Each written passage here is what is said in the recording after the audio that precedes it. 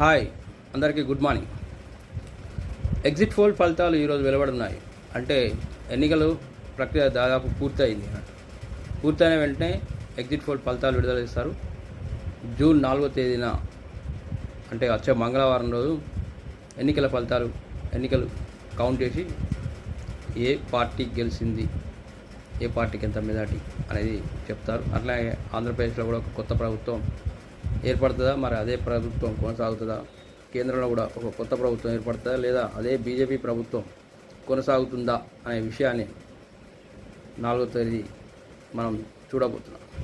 అంతకన్నా ముందు ఎన్నికల ఫలితాలంటే అందరికీ చాలా ఆసక్తి, ఇంట్రెస్ట్ బాగుంటుంది. వాటి మీద మనిషికి ఎప్పుడు ఆ ఫలితాలు ఎలా ఉంటాయి, ప్రజలు ఏం నిర్ణయించారు, ఏం జరగబోతుంది అనే ఉద్దేశం కొద్దీ ఆతృతగా ఎదురు చూడడం మనిషి యొక్క సహజ లక్షణం, సహజ గుణం కూడా. కాబట్టి వాటి మీద చాలామందికి ఇంట్రెస్ట్ ఉంటుంది. అలాగే మీకు ఆ ఫలితాల ముందు మీకు ఒక చిన్న కథ చెప్తాను. ఫస్ట్ ఈ కథ వినండి, తర్వాత మరింత మనం మాట్లాడుతున్నాం. ఒక ఊళ్ళో ఒక సామాన్యుడు ఉంటాడు. ఆ సామాన్యునికి గుర్రం మీద ఎక్కాలని ఒక కోరిక కలుగుతుంది. గుర్రం మీద స్వారీ చేయాలనిపిస్తాను. ఎక్కడో చూసిండో ఏమో తెలియదు, కానీ బాగా ఆసక్తి పెరుగుతుంది. ఆసక్తి పెరిగిన తర్వాత ఒక గుర్రం కొనుకొచ్చుకుంటాడు. ఏం లే ఆడికి పోతాడు, బేరం ఆడతాడు, తెచ్చుకుంటాడు. ఇంటికి వచ్చిన తర్వాత చూసే వరకు ఏముంది, ఆ గుర్రం ఒక కాలు దానికి బాగుండదు, చూసుకోడు. అక్కడ ఆసక్తి ఉన్నది కాబట్టి గబగబా పోయి గుర్రాన్ని కొనుకొచ్చుకుంటాడు. డబ్బులు ఇస్తాడు, గుర్రం కొనుకొచ్చుకుంటాడు.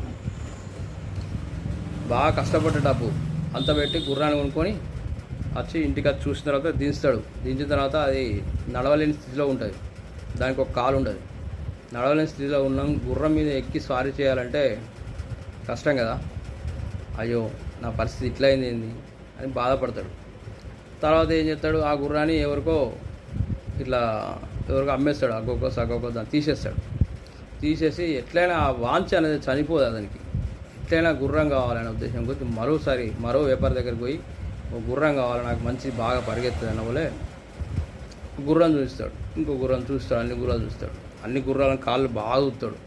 కాళ్ళు మంచిగా ఉన్నాయా లేవో, మరి గుర్రం మీద ఎక్కి సారి చేయాలి కదా అనుకొని ఆ గుర్రం తీసుకుంటాడు. డబ్బులు పెట్టి ఒక గుర్రం కొనుక్కుంటాడు, పట్టుకొని వస్తాడు. అది కొంచెం ఇంటికి వచ్చిన దాకా గడ్డేస్తాడు, తింటాడు. దాని ఎక్కి సారీ చేద్దామంటే అది పరిగెత్తది. అది ప్రాబ్లం ఏందో అర్థం కాదు.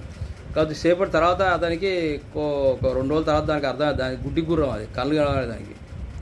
ఇంతకుముందు కాళ్ళు లేనిది, ఇప్పుడు తెచ్చుకునేది గుడ్డిది. అది అతని కోరికలు అట్లుంటాయి. అంటే మనిషికి గుర్రం మీద ఎక్కాలన్న కోరిక ఉంటుంది, కానీ ఎవరో ఒక వ్యాపారి మోసం చేయడం వల్ల అతని కోరిక ఆ గుర్రం మీద ఎక్కాలన్న వాంఛ చచ్చిపోతుంది. ఇక ఆ గుడ్డి గుర్రంతో సారి చేయలేడు కదా. మళ్ళీ దాన్ని ఒకరికి అమ్మాలన్నా గుడ్డిది. అది ఇంతకుముందు కుంటిది కాబట్టి ఎవడో కొన్నాడు, ఈ గుడ్డిదాన్ని ఎవడు కొంటాడు, ఎవడు కొన్నాడు. ఇట్లుంటాయి మన కోరికలు. మనిషి కోరికలు ఈ రకంగా ఉంటాయి. ఇది తప్పంటలేదు. ఇప్పుడు మన వచ్చే ఎన్నికల ఫలితాలు రేపు చేయబోయే ఒక ప్రభుత్వం, ఆ ప్రభుత్వం మన కోరికలు తీరుస్తుంది అనే ఆశ కొద్దీ మనం ఓటేస్తాం. ప్రభుత్వం మన కోరికలు తీర్చాలంటే ఆ ప్రభుత్వం ప్రజలకు ఏం కావాలనేది ప్రభుత్వం గుర్తించినప్పుడు ఆ ప్రజల యొక్క కోరిక తీరుతుంది. ప్రజలకు ఏం కావాలని ఉచిత న్యాయం కావాలి. ఆ న్యాయం అనేది ఉచితంగా అందించడానికి ప్రజలకు ప్రభుత్వాలు కృషి చేయాలి. దాంతోపాటు ఉచిత విద్య అనేది ప్రతి ఒక్కరికి అవసరం. విద్య లేని ఇన్ని సంవత్సరాల్లో మనం విద్యలో చాలా వెనుకబడి ఉన్నాం. ఇది మన ఎంతో అభివృద్ధికి, మన దోహదకు, మన దేశ ప్రగతికి విద్య చాలా అవసరం. కాబట్టి కావాల్సింది విద్య కూడా. అలాగే నాణ్యమైన విద్యతో పాటు నాణ్యమైన వైద్యం కూడా కావాలి.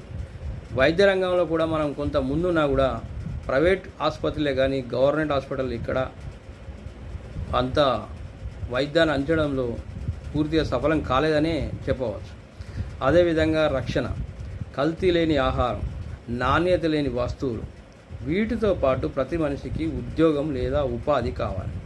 ఉద్యోగమైనా ఉపాధి అయినా ఏదో ఒకటి కలిగి ఉంటే తద్వారా వారి జీవన ప్రమాణంలో మార్పు వచ్చి వారు అభివృద్ధిగా ఎదగడానికి, జీవన ప్రమాణం చేసుకోవడానికి, వాళ్ళు సాఫీగా సాగడానికి ఈ ఉద్యోగాలు, ఉపాధి అవకాశాలు, జీవన ప్రామాణిక శిక్షణ తరగతులు ఇలాంటివి ప్రజలకు అవసరం. ఇవన్నీ ఇచ్చిపెట్టి ప్రజలకు అక్కర్లేనివి, నాణ్యత లేనివి ఇస్తున్నారు. అది ఏ మేరకు అవి ఉచితంగా ఇచ్చడం వల్ల ప్రజలు ఇంకా సోమరిపోతులను తయారు చేసే ఉద్దేశమే కానీ ప్రభుత్వాలు ప్రజల మనుగడను, ప్రభుత్వాలు ప్రజల యొక్క మంచిని కోరి చేసే ప్రయత్నం ఏంటి?